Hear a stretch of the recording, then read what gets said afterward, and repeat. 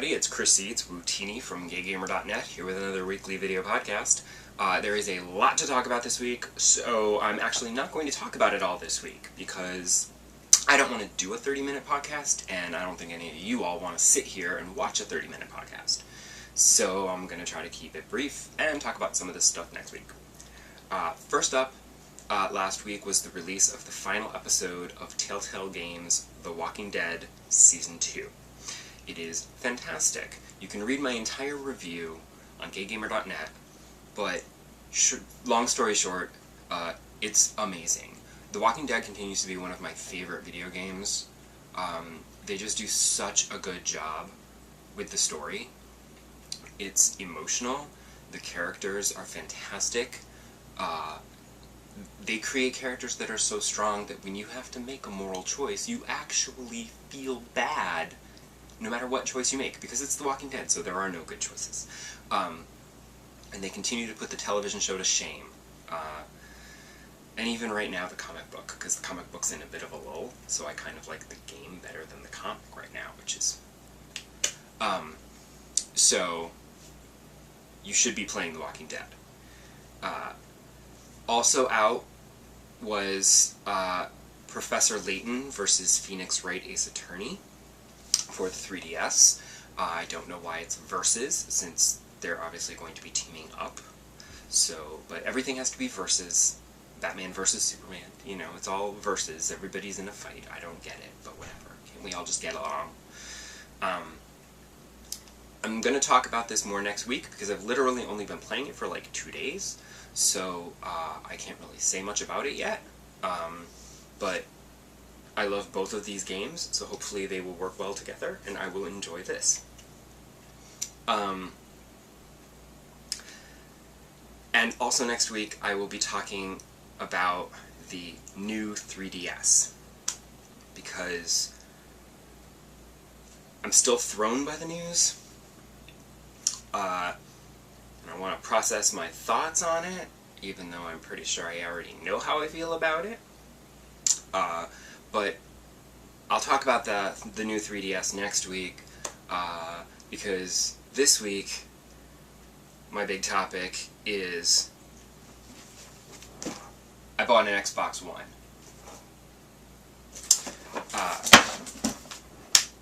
I was going to buy it. I had said this before. I was planning on buying an Xbox One because of Dance Central Spotlight. That was the first exclusive on either console that caught my eye, and I said, well, I will be getting an Xbox One first then. We'll get the PlayStation 4 somewhere down the road. I wasn't planning on getting the Xbox One until after Dance Central Spotlight released after Labor Day. I thought maybe there'd be like a sale or something, I could get a good deal or whatever, but a week ago, Harmonic sent me my review code for Dance Central Spotlight. So I said, well, I guess I'd best go out and buy myself my Xbox One now so that I can start playing it. Because I wanted to be able to play it enough so that I could do up my review of the game, and have the review out in a timely fashion. And you can read that review on GayGamer.net. Because the thing is like, music games are a little easier to review than, say, a 40-hour RPG that you have to play through. But the thing is that with Dance Central, you get tired, and you can't just sit there and play through a marathon session of the game for like 4 hours, because you won't be able to walk again. So, you know, I need to be able to just play for like an hour or so a day, and then like get over it. So I needed that week. But you can read my review on GayGamer.net. What I want to talk about here is the actual Xbox One itself. Because, wow, it is unintuitive. Like, I don't know. If any of you out there have Xbox Ones, maybe you can teach me what I'm doing wrong, because I just found the whole menu system to be super unintuitive. There's all these voice commands, which would be super helpful if I knew what any of them were. There's literally nothing in the box. You get the system, and you have the little quick start setup guide that says, plug this into here, plug that in there, and turn it on. And then the system like walks you through the setup and connects to your wireless network, and you log in with your Xbox ID and everything, and whatever. I mean, that was all no problem. But then when I actually tried to do things with the system, I found myself having to go on the computer and Googling things because I'm like, where are my achievements? I look at my profile and I don't see my achievements. They're not there anymore. And I go online and I see, oh, there's a separate app. So you have to click on the app to open your achievements app, and then you can see all your achievements. And I'm like, well, that's annoying. And then, I think I'm the only one who actually enjoyed posting my Facebook, my achievements to Facebook.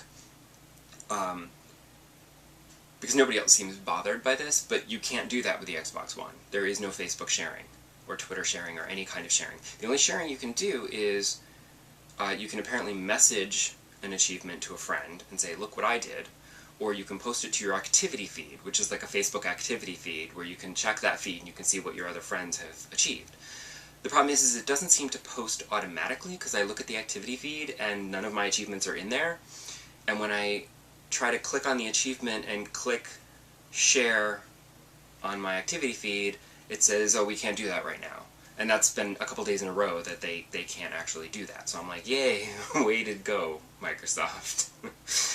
But it's just menu on top of menu. It's so unintuitive, the snapping thing. And the voice commands are great because of the way the menus are working. Like, to try to get to things is kind of irritating. So the voice commands are a great shortcut, but I don't know what they all are. And it's kind of frustrating, and I'm like, would it have killed them to just include like a little pamphlet or even just a little sheet of paper in the box with the most commonly used voice commands so that you could have it as a quick reference guide? I mean, really? That's just me. Maybe it's just me. I don't know. But these menus make me feel really bad for anybody who has Windows 8. I'm so glad I'm an Apple user, because the Apple system, like, where everything is, makes, like, logical common sense.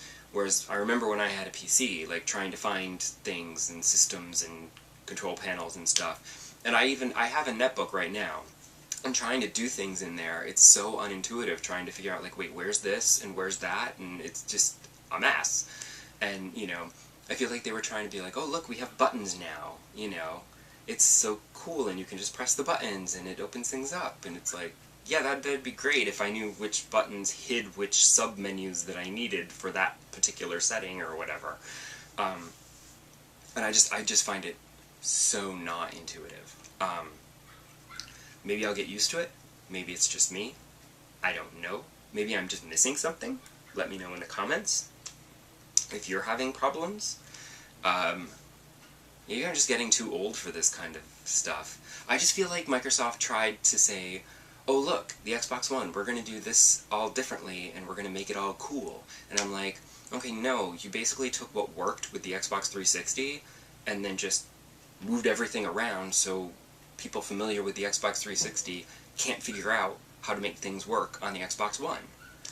So, yeah, that's weird, but, I mean, the actual machine itself is great. Like, everything opens, like, super fast, and I do love the fact that if I, like, shut down while playing Dance Central Spotlight, the next time I turn on my Xbox, it's right there, and I can just start playing, like, within seconds, you know? Like, that's super awesome. I do enjoy that. I just feel like, PlayStation is the one that's more social, and Xbox One is not. Because the PlayStation automatically shares your trophies to Facebook, which I think is great. Love that. And they have the share button, so you can, like, you know, do what you want. The Xbox lets you record video and edit it and upload it and stuff, but I haven't even thought about doing that because it's not as easy as pressing one button. Like, I'd have to figure out where to go in the sub-menus and try to figure out how to do all that, and that just seems a little complicated. So, Microsoft remains complicated. But, I look forward to playing all the new games on Xbox One when they're released. Right now I'm just going to be playing Dance Central Spotlight, at least for like another month. I should go and pre-order my copy of Alien, though, because that's coming out in October. So that's enough on the Xbox One and bitching about that. And I'll see you next week to talk about the new 3DS, and I'll bitch about that, but I'll probably have good things to say about Professor Layton versus Phoenix Wright, hopefully. And I will see you then, and let me know in the comments if you have any tips or tricks on how I can get along better with my Xbox One. See you next week. Bye.